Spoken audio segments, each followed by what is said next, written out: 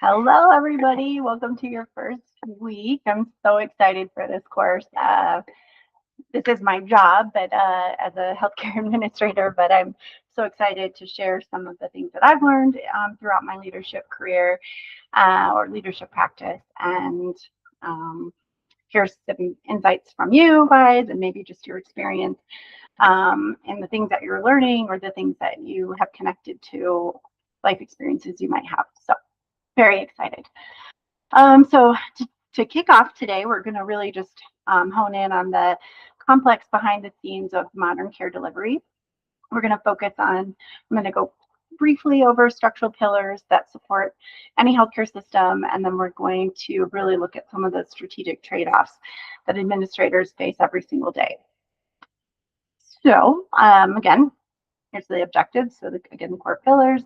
We're going to go over KISSIC standard theoretical framework, and then we'll do a little breakout activity. So when analyzing healthcare administration, we look at two main operational sides or two buckets. So on the left, we have clinical delivery pillar.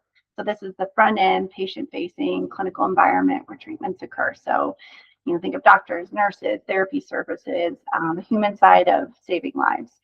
And then on the other side, that we have the fiscal and support pillars. So this is the complex back-end engines like insurance plans, regulatory compliance, supply chains that fuel the delivery.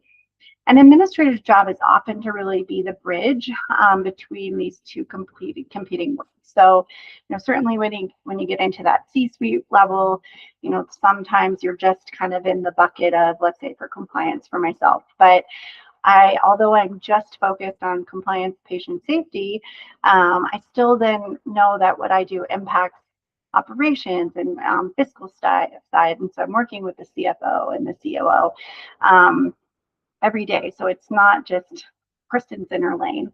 And so as an administrator, and really in all different levels, you will often find yourself really in between having to balance those two.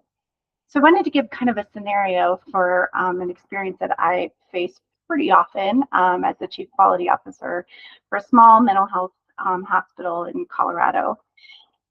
So when we have a unit that has some really acute patients, so let's say very assaultive or have a lot of suicidal ideations, we sometimes have to give them a one-to-one staff member that either helps them keep them safe or that helps keep other patients safe.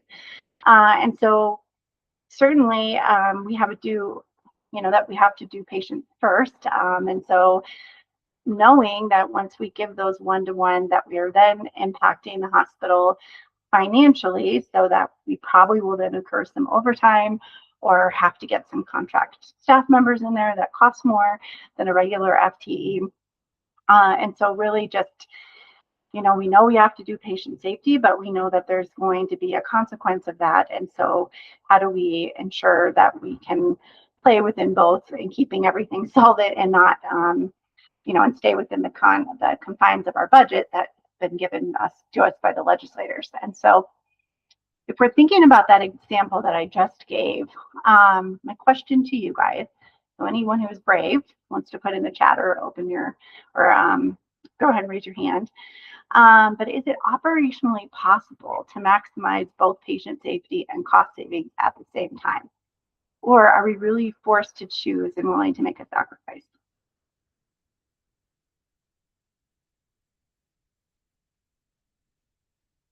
So I'm kind of seeing a mixed bag, that, yep, definitely.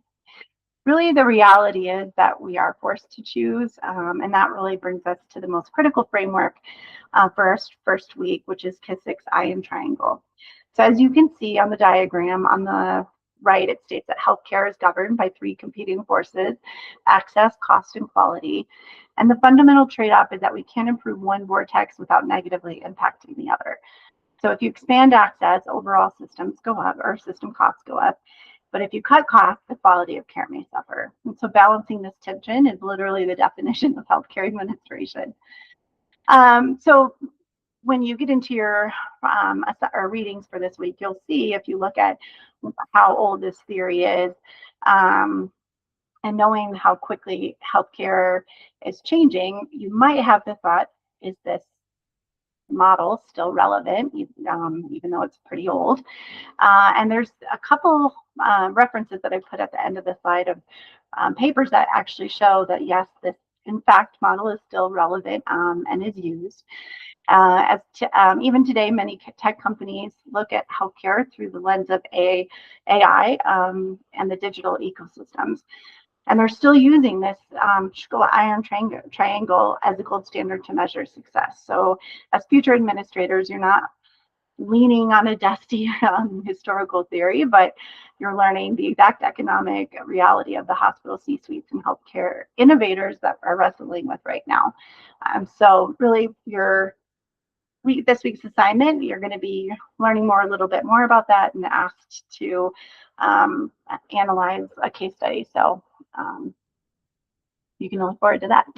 so, so how do we actually put this theory into practice? How does an administrator manipulate this triangle on a daily basis? And we really do this using operational levers to find efficiencies where clinical and fiscal pillars overlap. So there are three primary levers that we use to manage Kissack's iron triangle. So the first one is that technology integration. So like the standardized EHR workflow shown on your screen, so you kind of see where, that we have an appointment and then it flows into the different tasks, and then it just keeps flowing into it. And by digitizing these charts, we can lower administrative costs while simultaneously improving quality through fewer medical errors. The EHR is definitely a big business in healthcare, and really has, as you're going further into the semester, you're going to see that there's lots of pros and cons with the EHR. So yes, it does cut costs. It does offer a lot of triggers and patient safety safeguards, but it also causes sometimes, if there are some negative consequences, well, not really consequences, but there are some negative or cons to an EHR. But it is well understood that the cost and the patient safety pros are a lot higher than the cons. So look forward to that later on this semester. And then we're also going to be talking about regulatory compliance. So using federal frameworks like HIPAA, CMS Matrix, by digitizing charts, we can lower administrative costs while, the HIPAA, I'm going to start way over. So the federal frameworks like HIPAA and CMS Metrics, these aren't just red tape. However, having the experience of Joint Commission coming to my hospital several times, it does feel like there's a lot of hoops that we have to jump through to make sure that we can be accredited. But one thing that I have to remind myself when I'm working with the Joint Commission is that the standards that they have put in place are really the guardrails to ensure that we're providing that quality and care and keeping our patients safe. Even when they know that we have fiscal constraints, with having a state budget, which is smaller sometimes than in like private hospitals. And then the third one is process optimization. So unifying clinicians, IT vendors, and financial managers into a single line force to streamline patient flow.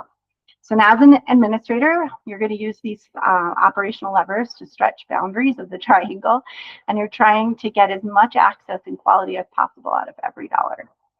Which brings us to our breakout today. So the scenario that we're going to work through is our regional system is launching an RPM pilot for a rural diabetic patient, expanding access. However, shipping and tech setup will spike costs while stretching clinical staff thin and threatening care of quality. So I'm going to be launching you into 2 breakout rooms. And in your assigned room, you're going to come up as a group with 2 realistic operational hacks to protect the quality without blowing the budget. I'm only going to give you 3 minutes, so you have to be pretty quick. But again, come up with 1 or 2 operational hacks, and then I'll bounce back and forth between both groups just to, if you guys have any questions or offer some little hints if you get stuck. And in the chat, I'm going to put, you guys all want to copy and paste this so that when you get into your room, you guys have a little bit of just some scripts, I guess, or some prompts. So we need to find that access is up, the costs are shrinking, quality is threatened, and so we're going to appoint a quick spokesman. Then you're going to pick out 2 realistic operational hacks. So kind of think leveraging tech workflows, shifting staff rules, or process optimization to protect care quality without blowing the budget. So think about like, what are some techie things that we could do to make sure that everyone has access, but that isn't going to be really expensive. All right, and so I'm going to open the rooms, and then you automatically kind of get thrown into them. And then again, I'll check out, and then at 3 minutes, it's going to kick you back in.